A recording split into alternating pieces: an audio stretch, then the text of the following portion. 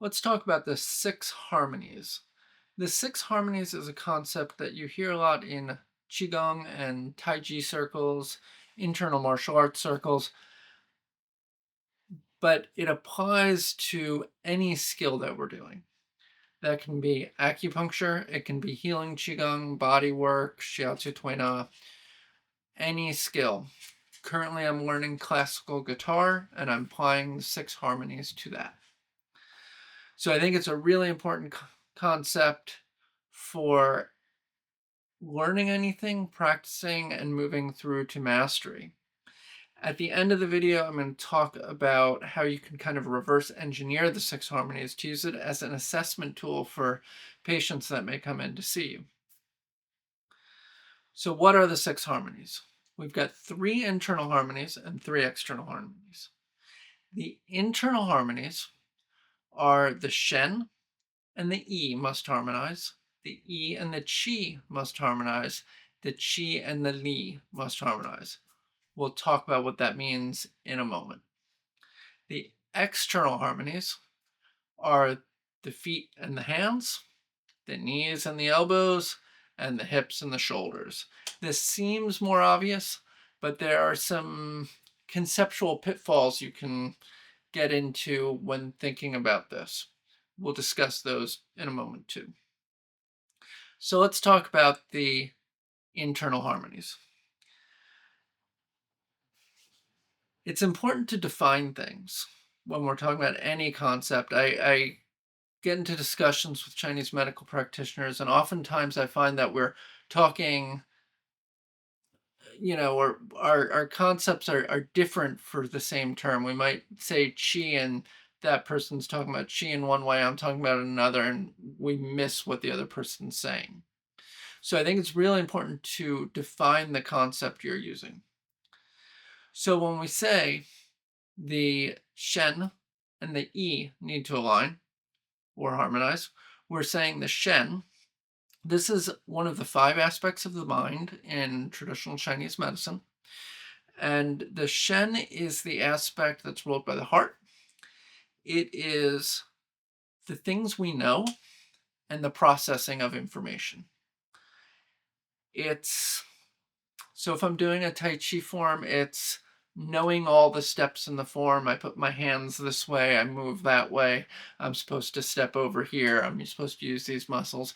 In a much simpler version, if we think about a simple movement like a deadlift, like I'm doing a deadlift with weights, it's knowing that I need to roll the bar back to my shins, I need to bend down in a certain way, have a specific alignment in my body, and what muscles I should relax and what muscles I should use to pull the bar up. It's the stuff I need to know to properly do the movement.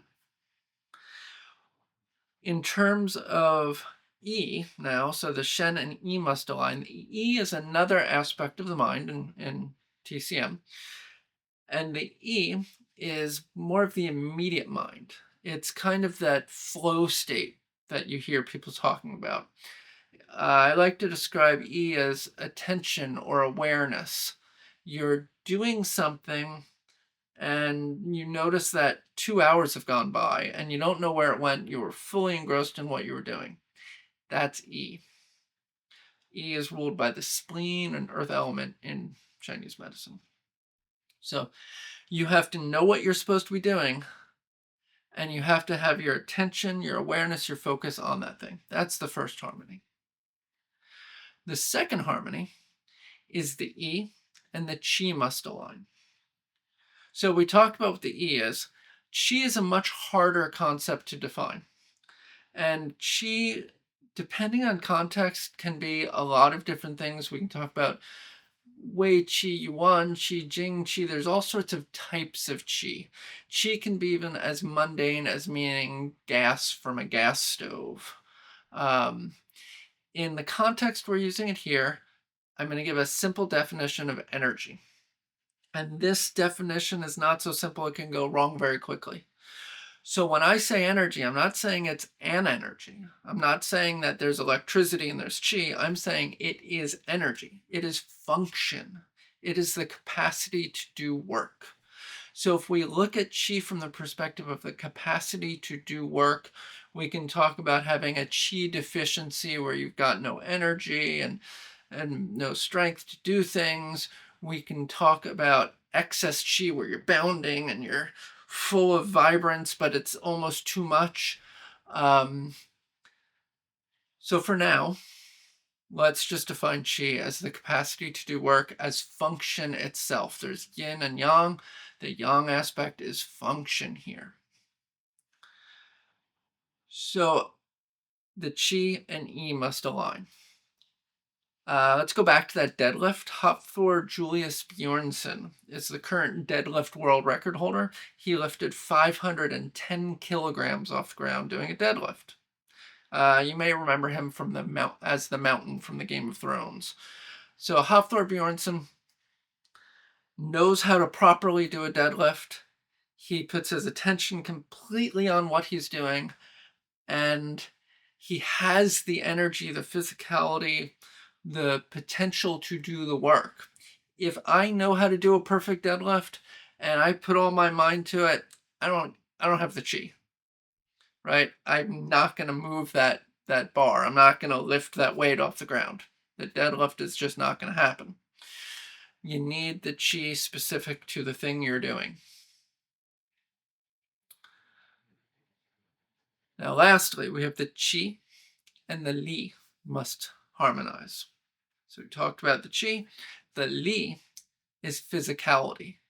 You must actually do the thing. My late teacher, Sifu Gregory Fong, used to say, thought without action is a daydream.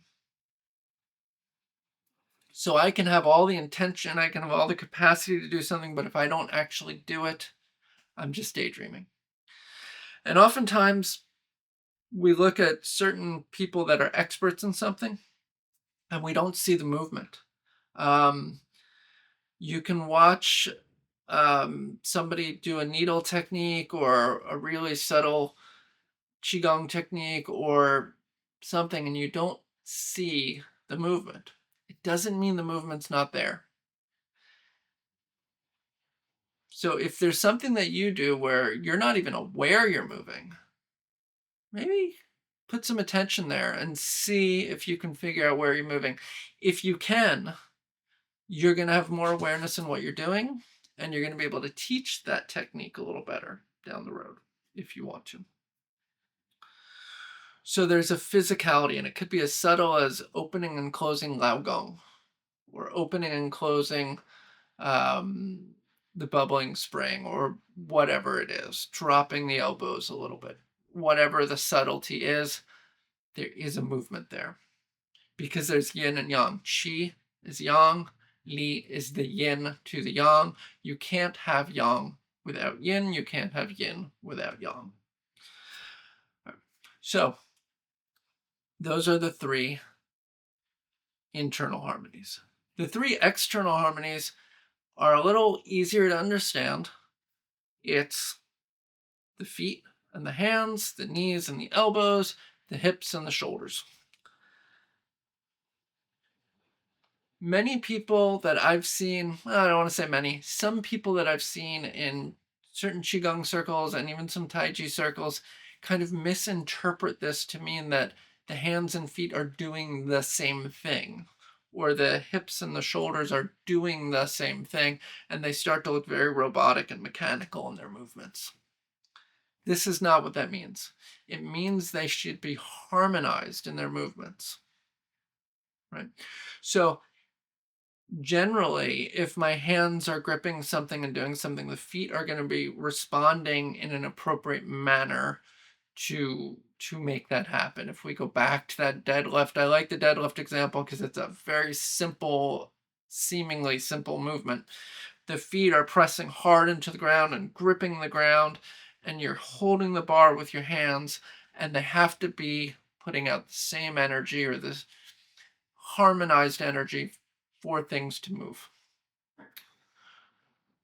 Now, if we look at this from a holistic perspective of all three of them, we see very quickly that it's the lower half and the upper half need to harmonize together, right? And with that, we can kind of reverse engineer things, right? So if you see that a client is having a hard time doing something, or maybe you're having a hard time doing a needling technique, you're doing your technique and oh my goodness, my hips and shoulders are not harmonized together. I've got this disbalance. Or maybe you're sitting in a chair and you're trying to do a massage technique and you realize that your feet are crossed under the chair. Put your feet flat on the ground, line your body up. You can still use your body if you're sitting in a chair, and you should use your whole body to do all of these movements in the healing arts. Now the client walks in and maybe the client is disbalanced and you can see that they're bent over a little bit, and or there's just some subtlety off with their posture. You can look at this and you go, oh, okay, so the lower half's not harmonized with the upper half. This could be a daimai issue, and you could treat the daimai. You could look at it from a Japanese perspective and say, oh, the koshi needs to be balanced. The sacrum, that sacral region is the koshi. It needs to be balanced so that their lower half can connect to their upper half and we can have good structure. And then the three external harmonies can work. Likewise, you can look at the internal harmonies and say you have a client that comes in and they're saying, I went into my bedroom this morning and I wanted to do XYZ, but I wound up getting distracted and I started doing A and B and these things, and I even I totally forgot about what I was supposed to be doing and I was doing this other thing. Well, that's a problem with E, right? We can treat the spleen. That's they went into the bedroom, they knew what they were supposed to do in the bedroom, they knew the steps to do it, but it did not harmonize with the E. Their attention, their awareness focus shifted. Very common in ADHD. So with all of these self-cultivation concepts, like the 6 harmonies, I think is a self-cultivation concept in qigong, we can reverse engineer them and use them for diagnostic purposes. Anyway, that was a real quick overview of the 6 harmonies. I hope you enjoyed it, and I will catch you in the next video. If you want to support me, the best way to do that is to hit that subscribe button. Let's build this channel. And you can also check out my stuff at acuartistry.com.